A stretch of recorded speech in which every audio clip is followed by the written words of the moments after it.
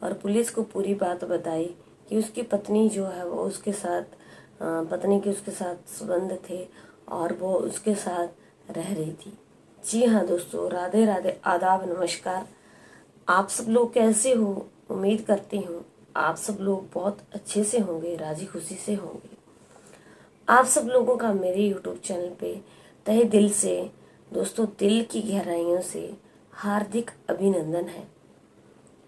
बता दूं कि मेरे यूट्यूब चैनल का नाम जो है वो डेली न्यू क्राइम स्टोरीज है, जहाँ पे क्राइम की कहानियाँ लगातार आपको सुनने के लिए और देखने के लिए मिलती हैं। तो दोस्तों, आज की कहानी जो है वो हम शुरू करते हैं राजस्थान से। राजस्थान के धौलपुर की ये जो कहानी है, तो दोस्तों आप लोगों से विनती है कि आप पूरी कहानी देखना। राजस्थान के धौलपुर जिले के निहालगंज थाना क्षेत्र इलाके कैंथरी रिजॉर्ट के पास की ही एक कहानी है। एक बार फिर से बता दूं आपको कि ये धौलपुर जिले के निहालगंज थाना इलाके कैंथरी रिजॉर्ट के पास की जो है वो ये कहानी है, जहाँ पे एक महेंद्र नाम का आदमी जो है वो नमकीन की फैक्ट्री में काम करता है और उसकी पत्नी राजवती जो है वो वहाँ से थोड़ी ही दूर पर मेडिकल की एक फैक्ट्री है, वहाँ पे रिको नाम की एक फैक्ट्री मेडिकल की है, उसी में काम करती है। तो 42 साल का जो है वो महेंद्र है और मजदूरी उनकी जो दिनचर्या थी वो बहुत ही अच्छी चल रही थी। काफ़ी अच्छा जो है वो उनको फ़ायदा भी हो रहा था और ज़िंदगी की अच्छी तरीके से अपनी गुजर बसर कर रहे थे। अब दोस्तों होता क्या है कि महेंद्र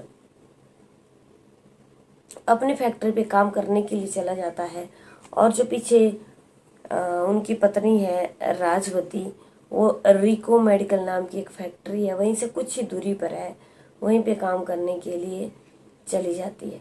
अब जैसे जैसे वो जा रही है तो वहाँ पे एक आदमी जो है वो तहसीलदार नाम का एक आदमी है उसी फैक्ट्री में, जो कि वहाँ पे एक एज ए गार्ड के रूप में काम करता है। तहसीलदार नाम का एक आदमी जो है वो गार्ड के रूप में वहाँ पे काम करता है। अब होता क्या है कि जैसे जैसे समय आगे बढ़ता है, ये तहसीलदार नाम के आदमी को जो है वो राजवती बहुत पसंद आ जाती है और वो उसके साथ जो है वो बातें करने लग जाता है, घुल मिलने की कोशिश करता है। अब होता क्या है कि राजवती भी जो है वो काफ़ी उस आदमी के साथ घुल मिल गई है और दोनों में दोस्ती हो गई है और उन दोनों की दोस्ती जो है वो प्रेम में बदल गई है। अब दोनों जो है वो एक दूसरे को अपना दिल दे बैठे हैं और एक दूसरे के साथ बहुत ज़्यादा प्रेम प्यार करते हैं। अब होता क्या है कि जब इन दोनों को आपस में प्रेम हो जाता है तो दोनों ने कस्में खा ली एक साथ रहने की। तो क्या होता है कि राजवती जो है वो अपना घर छोड़ देती है और महेंद्र अपने पति को भी जो है वो छोड़ देती है और जो उसका मित्र होता है, दोस्त होता है, प्रेमी होता है, उसके साथ वो जो है वो रहने लगती है। अब ये लोग क्या करते हैं कि धौलपुर जिले के निहालगंज थाना क्षेत्र के कैंथा रिजॉर्ट के पास ही जो है वो एक मकान में जाते हैं और वहाँ पे मकान मालिक से दोनों ये बताते हैं कि ये दोनों पति पत्नी हैं और यहाँ पे जो है वो उनके मकान पे रहेंगे और उनको पूरा किराया जो है वो देंगे। क्योंकि दोस्तों आपको बता दें कि जब किसी के घर में रहने के लिए जाते हैं एज ए किराएदार, तो वहाँ पे बहुत सारी शर्तें होती हैं, तो वो पहले वो पूरी करनी होती हैं। तो इन लोगों ने भी यहाँ पे यही बताया कि वो दोनों आपस में पति पत्नी हैं और एक दूसरे से जो है वो काफ़ी प्रेम प्यार करते हैं और दोनों जो है वो किराए पे रहना चाहते हैं। अब मकान मालिक जो है वो उनसे किराया ले लेता है और उनको अपना कमरा जो है वो किराए में दे देता है। अब होता क्या है कि जैसे जैसे समय आगे बढ़ता जाता है, परिस्थितियाँ आगे बढ़ती जाती हैं, अब उसका जो है वो राजपति का अपने पहले पति के साथ कोई रिश्ता नहीं रहता है। अब क्या होता है कि एक दिन दरवाज़ा नहीं खोलते हैं और मकान मालिक जब जाता है तो वहाँ पे कमरे से बदबू आ रही होती है, और जब कमरे में से बदबू आ रही होती है तो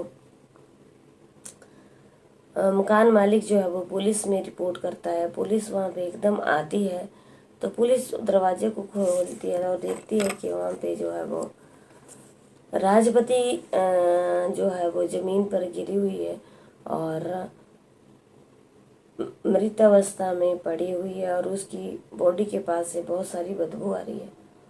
हॉस्पिटल में राजपति को ले जाया जाता है जहाँ पे डॉक्टर जो है उसको मृत घोषित कर देते हैं।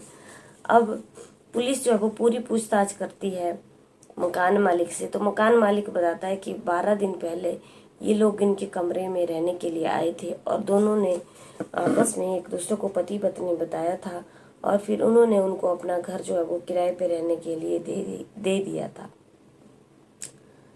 अब होता क्या है कि दूसरी जगह जो पति होता है महेंद्र, उसको कुछ भी पता नहीं होता है कि क्या कहाँ पर क्या घटना घट चुकी है, लेकिन पुलिस जो है वो पुलिस पूरी जांच करती है और ये पता लगाती है कि ये कहाँ की रहने वाली थी और क्या करती थी। अब पुलिस, क्योंकि पुलिस तो पूरी तहकीकात करती है, और जब पुलिस जो है वो पूरा पता करती है तो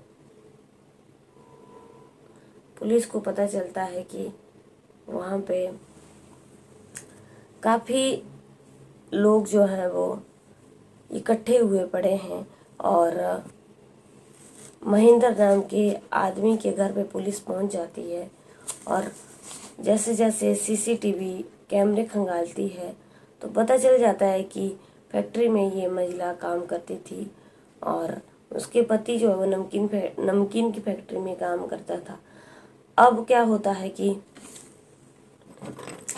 जब उसके पति के पास पुलिस पहुंच जाती है तो पुलिस जो है वो पति से पूरी पूछताछ करती है, तो पति महेंद्र जो है वो पुलिस को पूरी बातें बताता है कि तहसीलदार नाम का आदमी जो है वो एक गार्ड के रूप में उस फैक्ट्री में काम करता था, लेकिन उसने उसकी पत्नी को डरा धमका करके वो वहाँ से ले गया था और अपने पास रखता था और उन्होंने उसके साथ जो है वो गलत काम भी किए थे और पत्नी से जो है वो डरा धमका करके वो गलत काम करवाता था और पत्नी के बहुत सारे लोगों से उसने संबंध भी गलत बनवाए थे।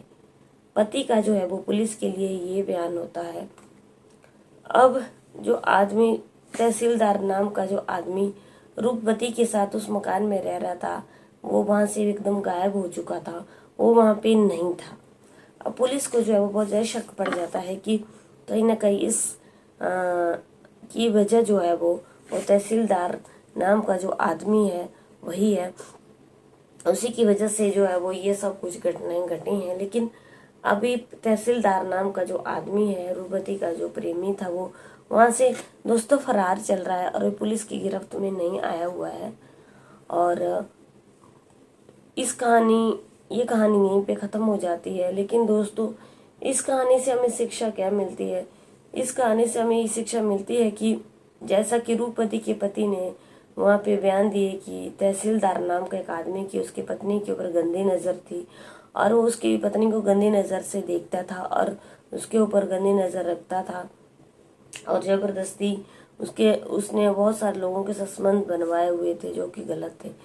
तो दोस्तों, जब ये सारी चीज़ें हुई थी तो रूपवती को जो है उसी वक्त पुलिस में कंप्लेन करनी चाहिए थी कि तहसीलदार नाम का आदमी जो है उसके साथ गलत हरकत करता है, उसे डराता है, धमकाता है। कहीं ना कहीं पुलिस जो है वो उसकी हेल्प करती है और आज रूपवती जो है वो जिंदा होती।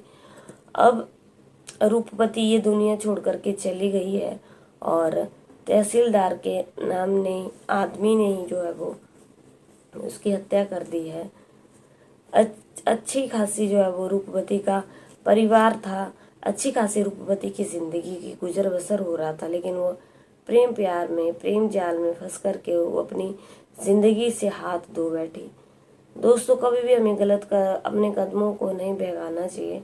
और जब इंसान के कदम जो है ना गलत बहक जाते हैं तो उसका अंजाम गलत ही होता है और जो कि हमें भुगतना पड़ता है। हालांकि रूपवती के साथ जो हुआ वो बहुत ही गलत हुआ।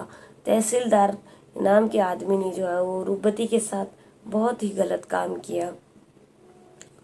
उम्मीद करती हूँ आप लोगों को हमारी कहानी पसंद आई है। पसंद आई तो लाइक शेयर कमेंट दोस्तों ज़रूर करना। चैनल पर पहली बार आए हो सब्सक्राइब जरूर करना। आपका सब्सक्रिप्शन हमारे लिए बहुत ज़्यादा मोटिवेशन का दोस्तों काम करता है। मैं आपके लिए ऐसी आपराधिक कहानियाँ लेकर के रोज़ आती हूँ। तो चलिए कल की कहानी में फिर से मिलते, तब तक के लिए जय हिंद जय भारत।